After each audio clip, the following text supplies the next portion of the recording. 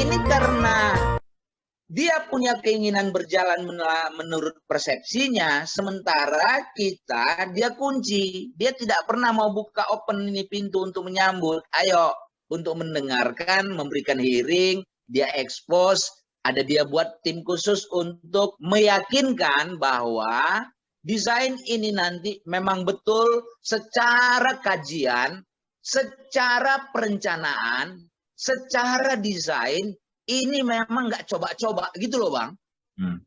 Ya. Bukan coba-coba gitu. Karena memang sudah ada evidence, maksudnya udah ada bandingan-bandingan dengan yang lain yang dianggap berhasil kan gitu. Itu kan harus kita tahu Bang. Abang membilangkan abang bisa nendang 10 kali gol. Kalau abang sebelumnya pun nggak pernah nendang 1 kali gol, gimana kita yakin gitu loh.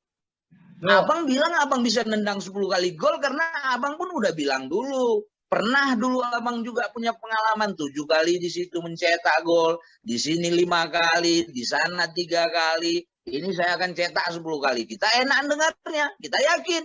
Bahkan kita doakan semoga Bang Kalis di event ini bisa 10 kali gol biar dapatkan medali emas. Nah, ini desain ini dia nggak pernah perlihatkan dan beri kesempatan untuk mengkonfirmasi apa-apa yang diinginkan publik, kritik-kritik publik. Dengan gaya bahasa yang lebih sederhana bahwa desain ini tidak pernah dipublikasi. Ya, paling publikasinya itu sepihak dengan cara dia pasang, dia print, dia tempelin di dinding-dinding itu. Ya gimana kita di situ untuk menghadapi dialog? Kita kan nengok-nengok kayak spanduk. Pak Jari, sebenarnya detail desain nggak usah lah kita tahu. Udah jago lah mereka. Tapi prinsip ini, di atas lapangan rumput tadi, bukan di atasnya mungkin, di sentel ban mungkin ya, dibuatnya basement 2 lantai di bawah. Ini kenapa seperti ini? Ini aja dulu, alasannya gimana? Bahwa kita yakini tadi, saya bilang tadi bahwa lokasi ini kebetulan di sini. Kalau dia buat di tempat lain atau di mana, pertama yang bukan status cagar budaya, atau kedua bukan lokasinya sestrategis simpang 8 Lawang mereka, silakan aja Pak, nggak apa-apa. Tapi ini berani-beraninya di situ, berani-beraninya dia membuat satu bangunan yang tempatnya itu nggak persis. Itu dulu, detailnya nggak usah lah Pak, mungkin bisa aja nanti. Tapi konsepnya udah salah, udah mengerikan gitu. Padahal cagar budaya yang kita inginkan dulu sebenarnya kriteria ringan aja lah, misalnya tidak berpagar, umum bisa masuk, tidak komersil. Artinya mungkin rumput itu yang dibagusinya seperti lapangan di Barcelona atau di Senayan sekarang, udah cukup kita Pak. Karena urgensinya mau dikumpulkannya semua mobil-mobil parkir di situ. Kemudian tempatnya sangat rawan berbahaya lagi. Dari situ aja kita lihat bahwa ini tidak didesain dengan cermat sebenarnya. Itu yang kita khawatirkan. Pertama, konsekuensinya adalah muncul nanti marabaya. Kedua, mungkin tidak fungsional. Kita lihatlah, di mana sih basement parkir yang berhasil? Yang penting saja contohnya, yang semi basement, parkirnya di luar, itu Pemko punya juga. Artinya, dia mengelola itu nggak bagus. Padahal memang desain juga. Di salah satu report mereka menyatakan parkir yang dulu dibuat di lapangan kereta api itu gagal karena tidak bisa dipelihara segala macam. Sekarang dilakukannya lebih berat lagi di bawah tanah. Kalau di atas nggak dipelihara paling jorok, tapi tidak maut kan? Ini di bawah udah jorok, maut lagi. Bobi itu menganggap Megani dia punya, suka-suka dia lagi memimpin, karena dia memimpin tidak mengharapkan DPRD duitnya, dia tidak mengharapkan aturan dari DPD, dan dia tidak melihat DPD sebagai pengawas. Dan suka-suka dia, dan kalau dia sudah tidak menghargai DPRD, itu artinya kita mau bilang apa? Kita wakil rakyat, kita aja nggak dihargai. Si Hasim bilang, ya kita titip pikiran, pokok pikiran. Itu menandakan dia tidak paham apa yang disebut dia sebagai DPRD. Ngapain kita ribut-ribut? Nggak ada gunanya kita ribut. DPRD aja dia beri kadal dia atau dia apa dibegitukan pun tidak dihargai dipukul masih diam.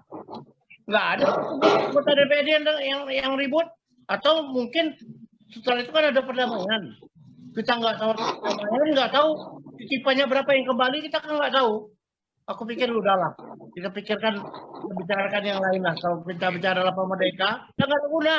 Kita udah berapa kali kita minta RDP dengan mereka. Apa sih RDP kita? Nggak ada. Cuma menunjukkan ya kaminya apalah. Kami anggarannya pun nggak tahu. Kalau cuma gitu ngapain jadi anggota DPRD? Ngapain hasil itu jadi ketua? Berhentilah, mau berhenti. Kadali dikatain gitu aja, nggak ada. Dianggap tak berharga aja. Masih melakukan laga aku nih ketua DPRD. Nggak tahu dia. Jadi, Yang kita berikan sama dia itu kepercayaan kita. Kita berikan sama dia, tidak dianggap apa-apa oleh Bobby dan dia diam aja. Manusia apa itu? menggugat ini langkah-langkahnya sudah sampai mana ini, Midu atau Pak Burhan? Pak Is, kita berharap Medan punya cerita hari ini adalah menyambut notifikasi yang sudah kita sampaikan pada hari Kamis 6 April yang lalu. Supaya ini juga sampai kepada Pak Wali. Mumpung 60 hari ke depan setelah Lebaran, ya kan, masih ada ruang. Kalau dia ingin mendengar perhatian khusus koalisi pada lapangan Merdeka ini. Kalau yang tadi tentang keresahan-keresahan yang lain itu kan sifatnya lampiran, Pak Is. Koalisi ini hanya fokus pada lapangan Merdeka sebenarnya. Yang ketiga, DPRD, Komisi 4 khususnya, sudah 2 kali RDP. Catatan Bang Jaya sudah ada, Bang Is juga melihat mereka ribut. Kalau menurut saya, ribut itu baru sekarang, itu pun ketika pada tanggal 6 Maret kemarin, itu Pak Hasim mengangkat tentang lampu pocong itu, Bang. Baru disambut sama Pak Wali. Baru itu kelihatan mereka ribut di publik. Kalau sebelumnya, ini sebenarnya bukan tidak bekerja sama. Justru sangat bekerja sama. Makanya nggak ada pengawasan. Gitu loh. Baru kali ini dari berjalan 3 tahun ini, DPR-nya bunyi kepada yang namanya wali kota.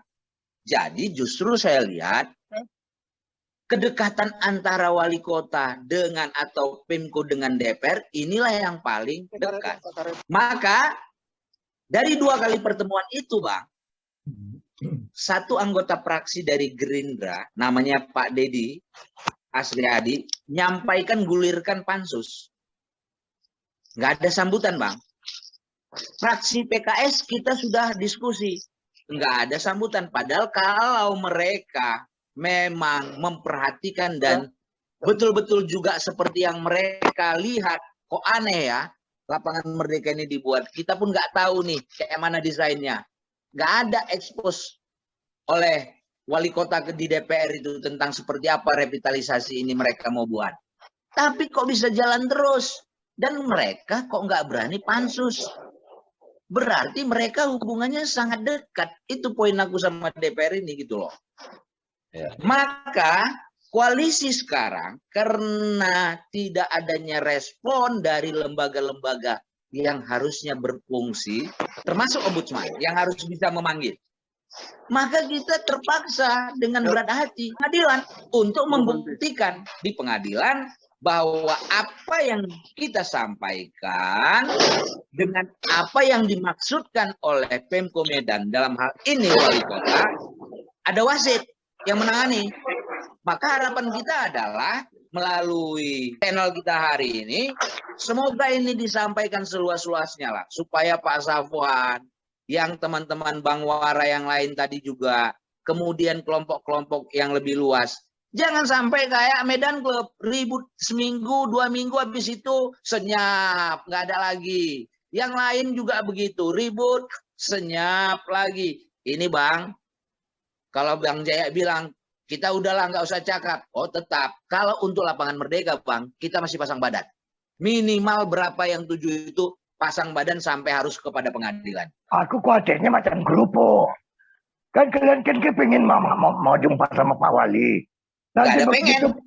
Begitu. Kita membilangkan, ayo buka untuk kesempatan kalau mau mendengarkan apa suara kita. Kan itu kan yang diharapkan adanya pertemuan, ada kesepakatan, ada yang diapakan. Nah begitu Pak Wali menjelaskan nanti jangan macam kerupuk. Kita pokoknya kita pakai kunci. Jangan ada bangunan ada di situ. Ah itu baru besar kita nengoknya kan gitu. Baru anak Medan. Bang Kalis, kalau Bang Kalis bisa nanti telepon Pak Wali, ya kan?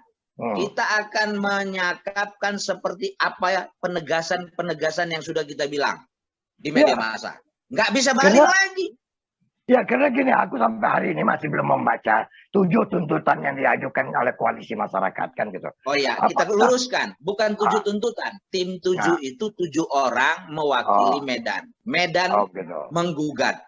Cekinya itu adalah tim 7 Medan menggugat.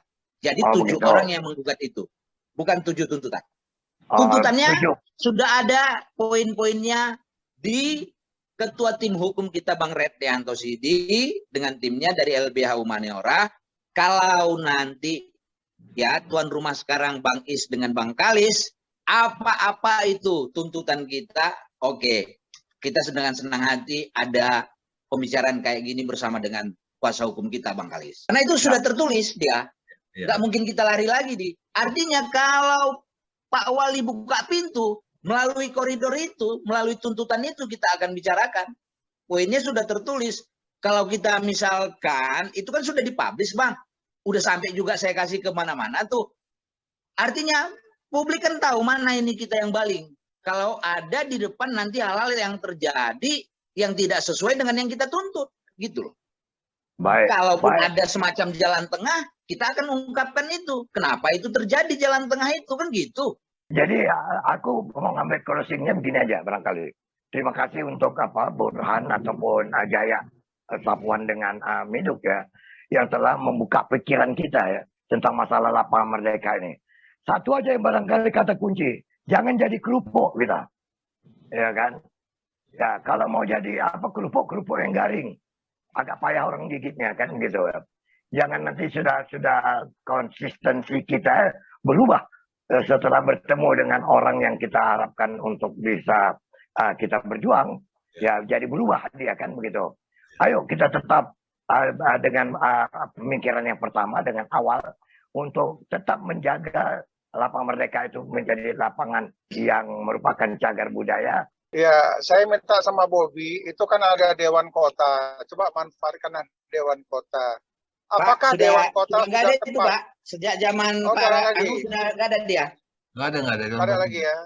Nah, kalau gitu Pak Bobby, dalam sebuah pembangunan kota Medan, ajak bicara masyarakatnya.